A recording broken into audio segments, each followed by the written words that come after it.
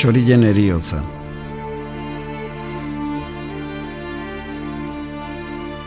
Arratsean, suaren ondoan nagoela, askotan etorri izan zait gogora txori baten eriotza, nonbait, basoetan. Negu geldoaren egun goibeletako abia huts gaixoak, abia abandonatuak, haizearekin kulunka burdinazko zeru grisean. Ai, txorien hilbeharra neguan. Helduko da ere bioleten sasoia eta ez dugu haien esurrik aurkituko apirileko belardietan paseoan gabiltzala.